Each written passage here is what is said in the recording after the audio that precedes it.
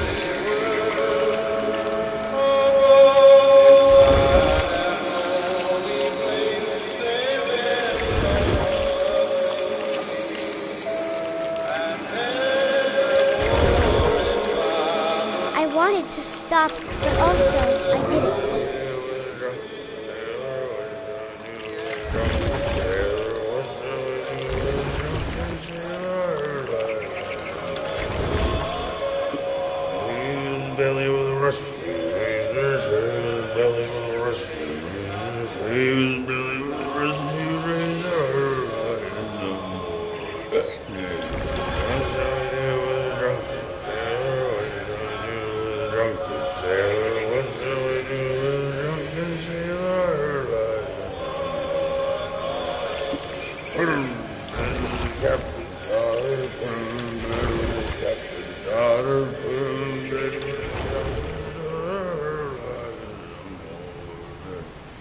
shall we do with a drunken sailor? What shall we do with a drunken sailor? What shall we do with a drunken sailor? What shall we do with a drunken sailor?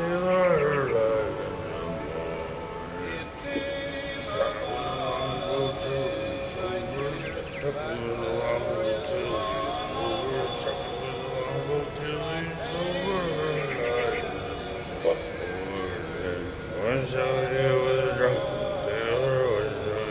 with a drunken sailor? What shall we do with a drunken sailor?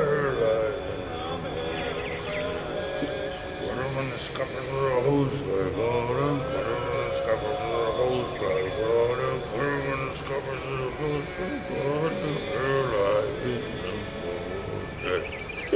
What shall we do with a drunken sailor? What shall we do with a drunken sailor? What shall we do with a drunken sailor?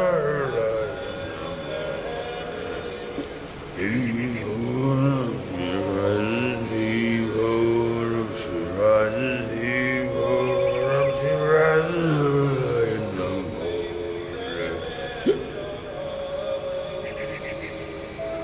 And evermore its bows from the blessed sea. Yet with the woes of sin and strife,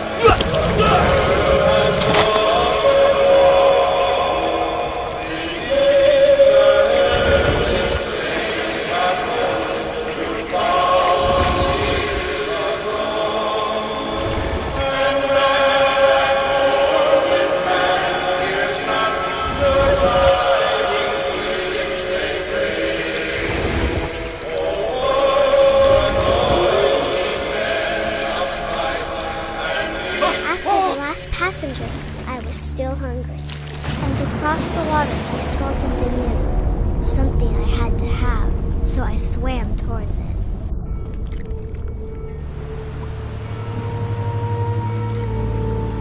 I slithered onto the sand, and the good smell went into an old pipe.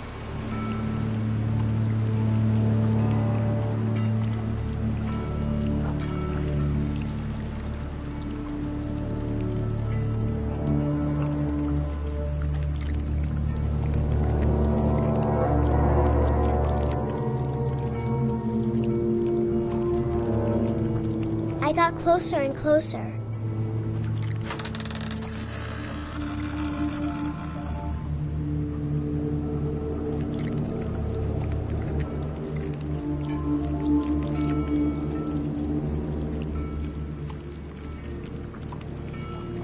All of my stomach started growling. And suddenly, I was me again. I held my breath for a long time, but I couldn't hear anything.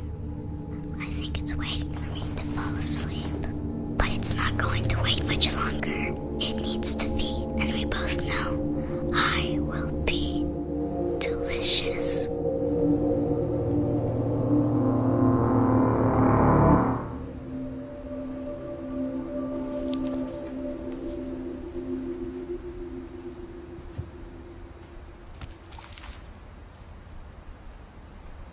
I'm not sure if I believed all of that, but I'm sure Edie would have.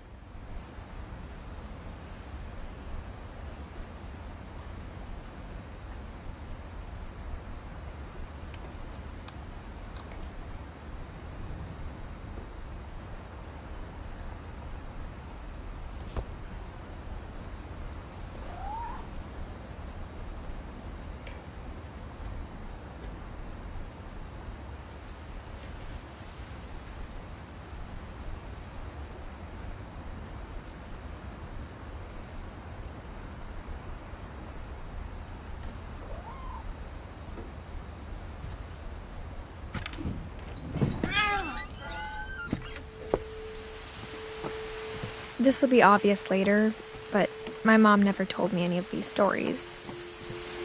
Edie would have, but Mom didn't like bringing up the past. Though, when we adopted a stray kitten, she was the one who named it Molly. I spent a lot of time in Great-Grandma Edie's room. Her room was like a museum. For 500 years, the Finches have been famous throughout Norway for their fortune and misfortune. Odin Finch buries the latest victims of the family curse, his wife Ingeborg. On January 7th, 1937, he set sail with his family and his house. But 40-foot waves off the coast of Washington send the house and Odin to the bottom of the sea. Odin's daughter Edie, with husband Sven and baby Molly, step ashore on their new home, Orcas Island. Odin Finch is the first to be buried in the new family cemetery. His daughter Edie is already dreaming of a new Finch house.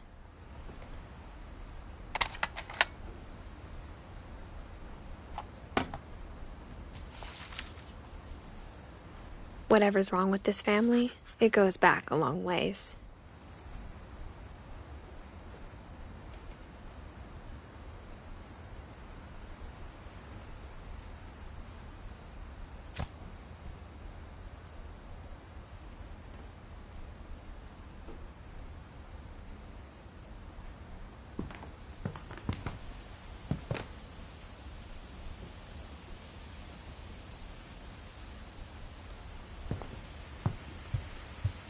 When Edie told people Sven was killed by a dragon, she could also have said he was building a dragon-shaped slide that collapsed. She could have, but she didn't. Even in her 90s, sometimes Edie seemed a lot younger than my mother. The only trace Grandpa Sam's first wife Kay left on the house was the pink bathroom.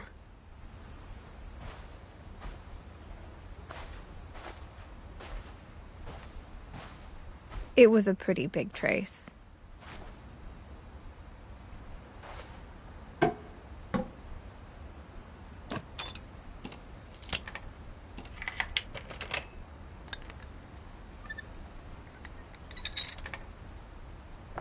There's a secret in this bathroom. It's in the last place you would look. It isn't in the cupboard. It's hidden in this book.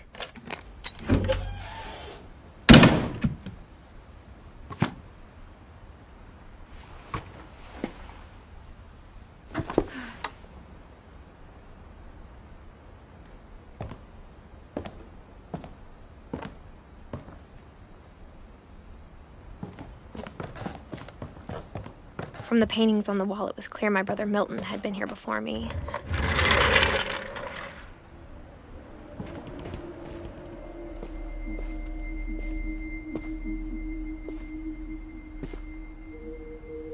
I knew Grandpa Sam had a twin, and that he never talked about him. I guess my grandpa didn't like history any more than my mom did.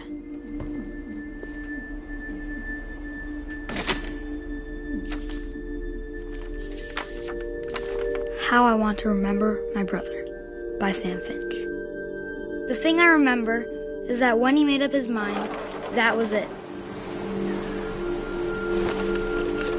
My brother said he'd die before he ate another mushroom, and he did.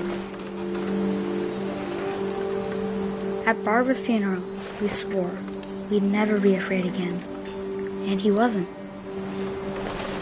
I think Calvin always wanted to fly. Sam! Calvin! Dinner's ready! Coming!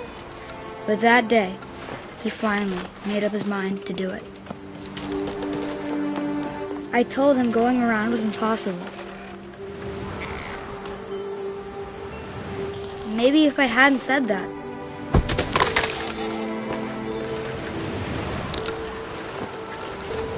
Calvin, I'm not gonna tell you again. Maybe if the wind hadn't picked up. Then maybe he'd still be here. But I doubt it. I think he'd already made up his mind. That's what I want to remember about my brother.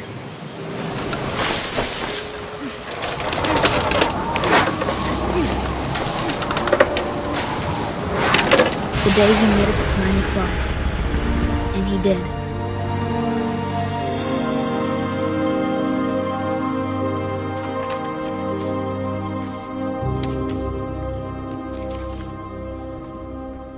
Calvin's story felt strangely familiar. When I was younger, I remember trying to do the exact same thing.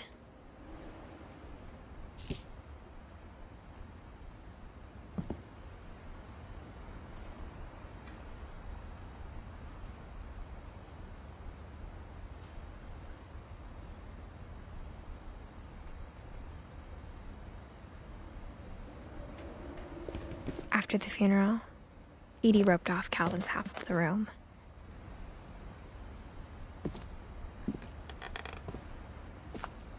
Mom said Grandpa Sam enlisted at 18 and never set foot in the room again.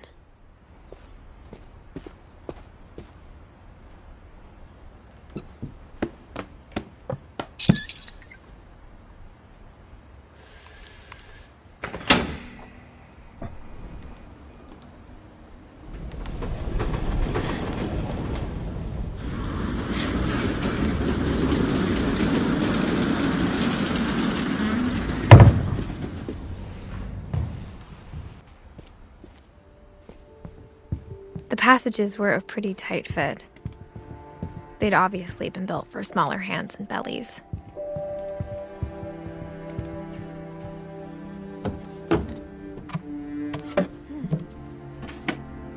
Growing up, I always thought of Barbara as a child star.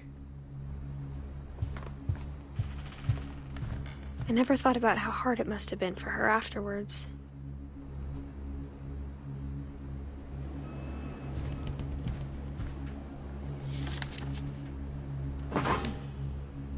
Of all the stories people wrote about Barbara's death, I'm surprised Edie saved this one.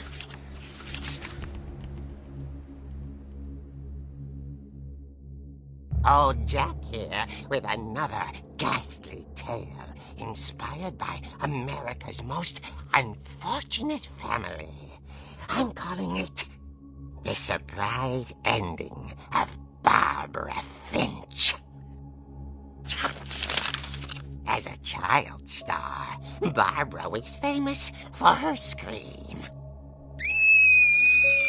Now at 16, she was all washed up. A has-been. But in a lucky break, she'd been asked to perform her signature scream at a local convention for monster movie fans.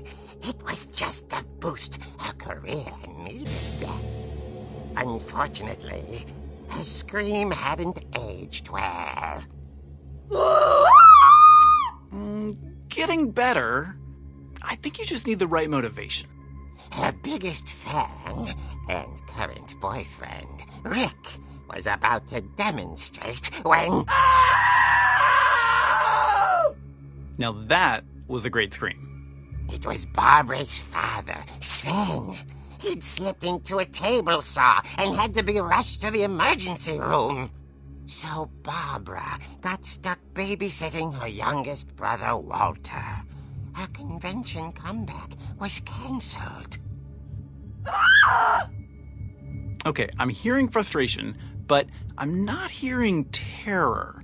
What if I tried... A gang of hoodlums in Halloween masks have been terrorizing Orcas Island tonight. Police are urging residents to... That came from the basement. You're right! Also, I loved your delivery on that. Why is your basement door locked? Because my dad likes making puzzles and secret passages.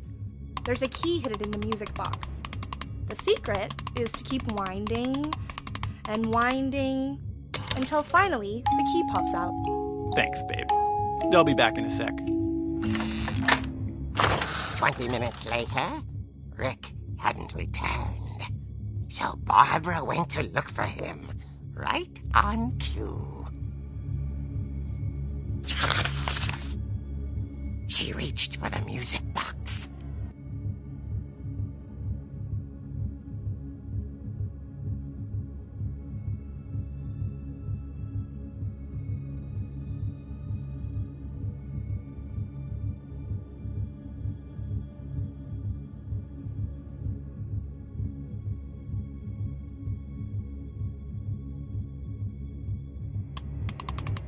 she wound the key. She listened for Rick, but the house was silent.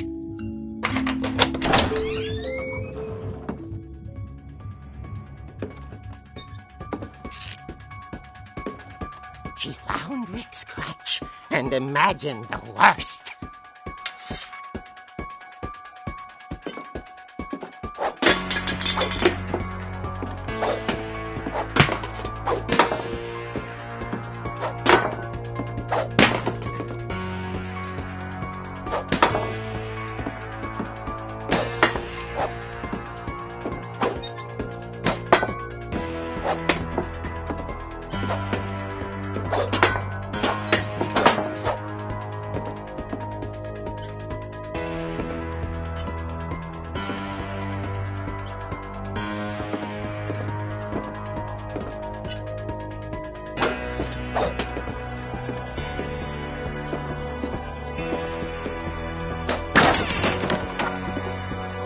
The gang's leader is the infamous Hookman killer, Dr. Carl Hamill, who impaled and then ate his family 10 years ago tonight. The old fridge rattled and grew still. Oh dear!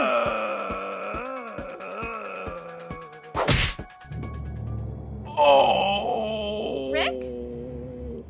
Barb, relax. I was just trying to scare you to help you find your scream. Well, I'm not scared, Rick. I'm furious. Then act furious. All I'm getting from you now is that you're hurt and confused and you're... She threw him out, but she kept a little something to remember him by. Barb, have you seen my other crutch? And she was still holding it when she fell asleep watching the late picture show. Hours later... Barbara! Walter, what's going on up there? Ah! Okay, I'm coming up, but if this is a trick, you're dead, Walter.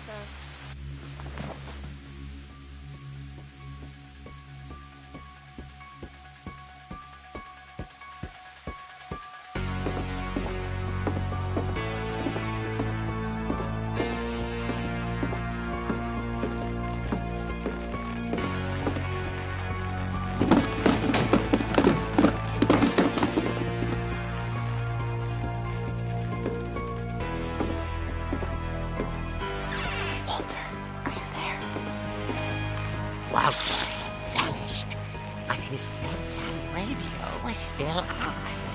Orcas Island police describe the man as 6 feet tall, with a steel hook for a hand. Residents are urged to lock all doors and windows and notify the police of any suspicious activity. Barbara turned, saw the hook man, and was speechless. He was quite smashing.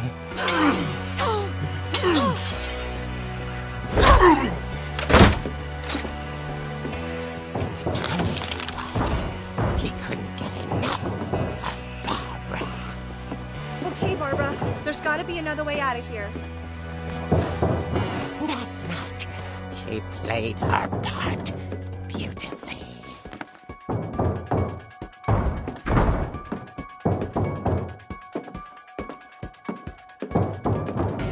Molly's door hadn't been opened in years. The hinges groaned.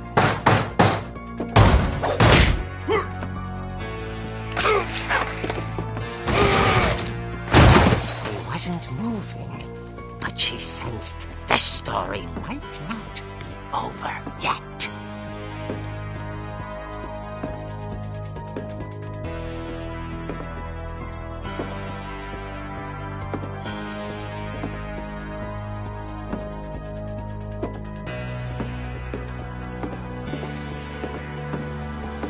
The hookman had vanished. She listened for his breathing, but all she heard was...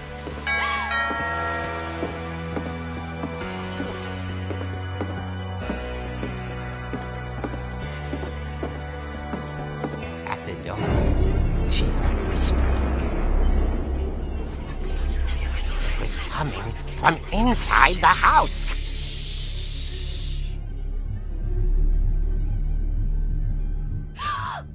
dear.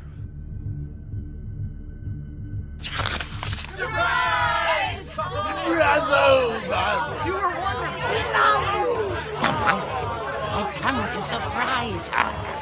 For Barbara, it was a dream come true. Then she saw what kind of monsters they were, and she realized what was about to happen. She was going to be famous. And with her final breath, Barbara Finch gave the performance of her life.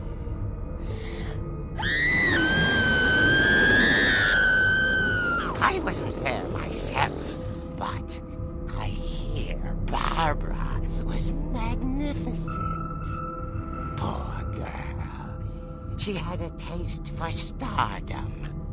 But unfortunately, so did her fans. Of course, the police blamed it all on poor Rick, who disappeared the same night. And little Walter, hiding under his bed the whole time. He took it all pretty hard, but that's another story. As for Barbara, tucked inside the music box is all they ever found of her. Her ear. Now that's what I call a real eerie tale.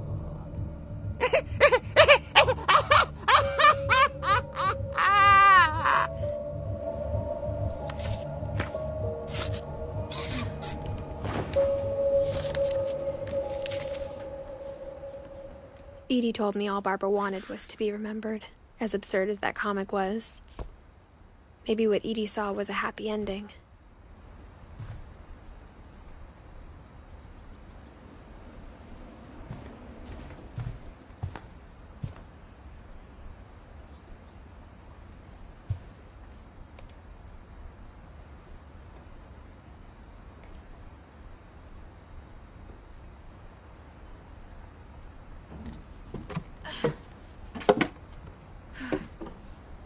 I guess now I know why Mom didn't like me playing with the music box.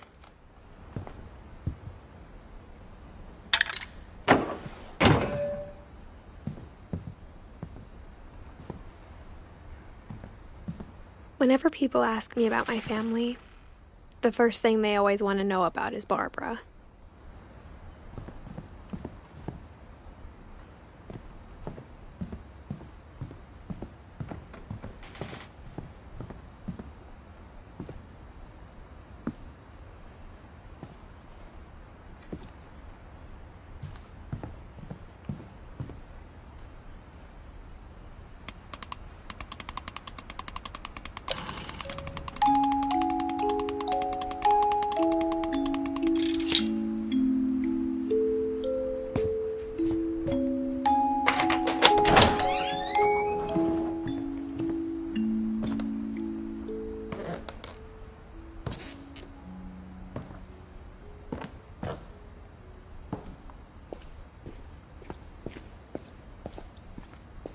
Mom said the basement was off limits, unless I wanted another tetanus shot. I saw Edie sneak down to the basement once, carrying packages. I thought maybe she was hiding presents.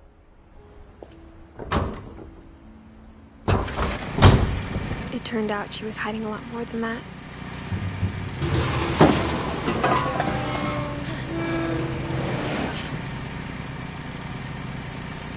I remember asking Mom once about where Walter had gone.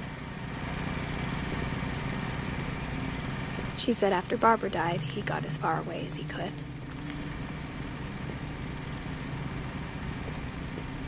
If there's a pattern in all these stories, I think it's that none of us has gotten very far.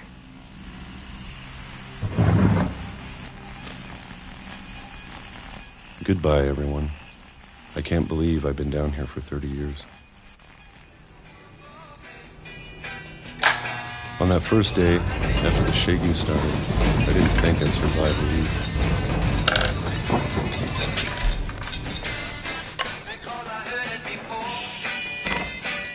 But after a few days, I settled into a routine. That's what kept me sane. Having a schedule, living for today. I always expected to be dead tomorrow. But if you wait long enough, you get used to anything.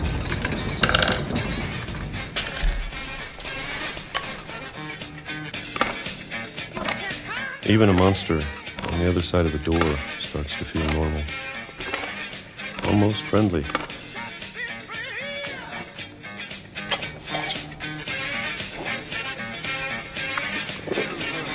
And then one day, everything just stopped.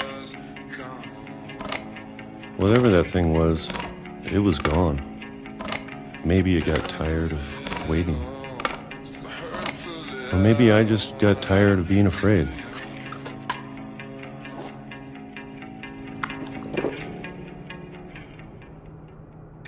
It's been a week now, the longest in 30 years. I'm done waiting. I have to leave. Well, I still can.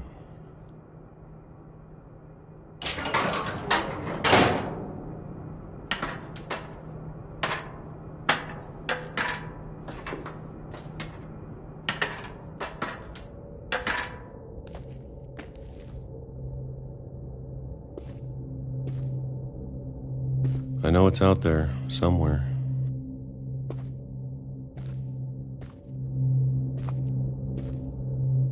Whatever killed Barbara and Molly and Calvin. Maybe this is all a mistake.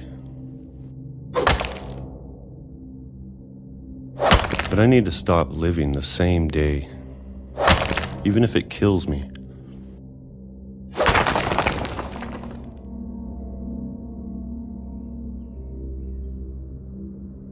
Whatever's out there, I want you to know I'm ready for it. I'm going to appreciate all of it, especially the food. I don't mind if I only have a year left, or a month, or a single week. I'd be happy with one new day. I can already imagine the sun on my face.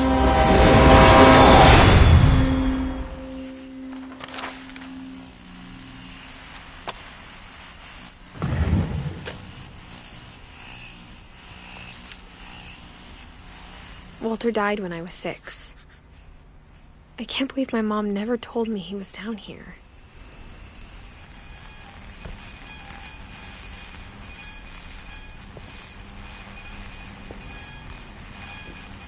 I'm sure my mom was trying to protect me.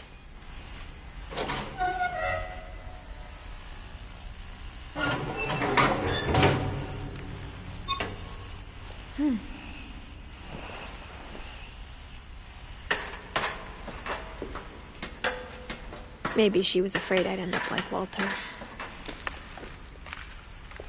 But if she never told me about an uncle under the house, I can only imagine what else she was hiding. I don't want to make the same mistakes she made, trying to bury something that's still alive. Now that there's only one of us left, or maybe 2, I thought it was time I heard the stories for myself and found out what happened to everyone else. But now I'm worried the stories themselves might be the problem. Maybe we believed so much in a family curse, we made it real.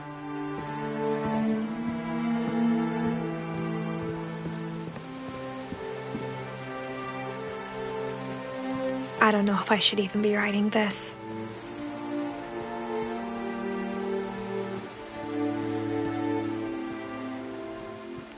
Maybe it'd be better if all this just died with me.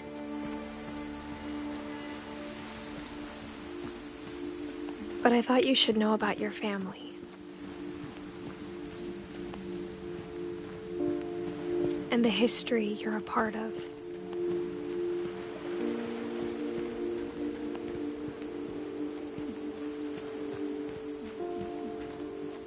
Though to be honest, I feel as lost as you probably do right now. I think the people in these stories believed them, for what that's worth.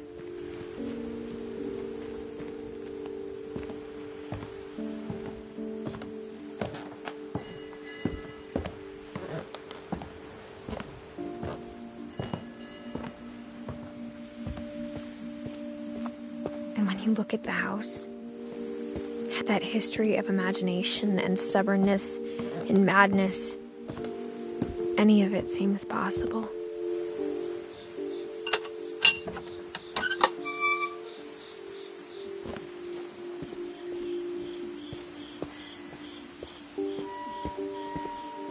I think we've been surrounded by death for so long, we've just gotten used to it.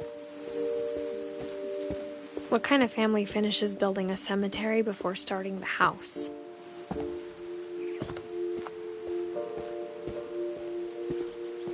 It's embarrassing for me to admit this, but the pet cemetery made me more uncomfortable than the human one. 3 of the gerbils were mine, and 2 had been my fault.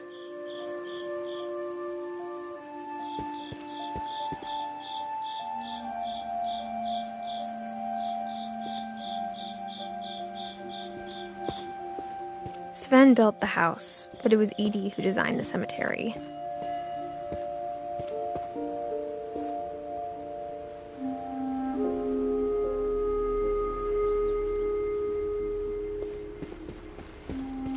I'm sure Odin's monument had been Edie's idea. My mom was always trying to move on, but for Edie, the past never went away. She could see it poking out of the water at low tide.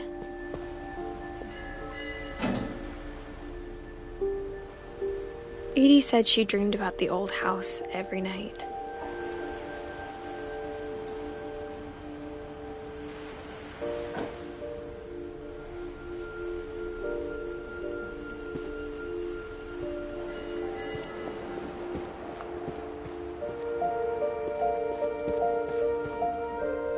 Edie's side was always easier for me to understand. But the older I get, the more I can see where my mom was coming from. Her dad had been pretty strict, but it wasn't enough to save her brothers. She was just trying to do better.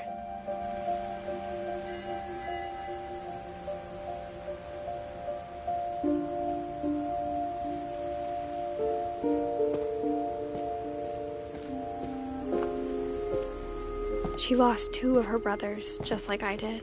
I get why she tried so hard to protect us.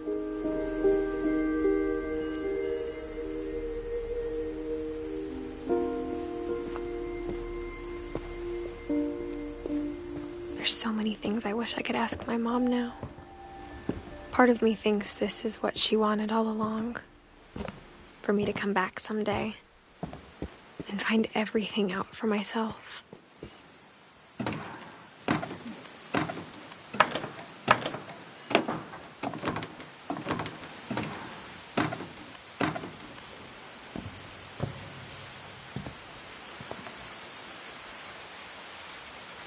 But looking back on it now,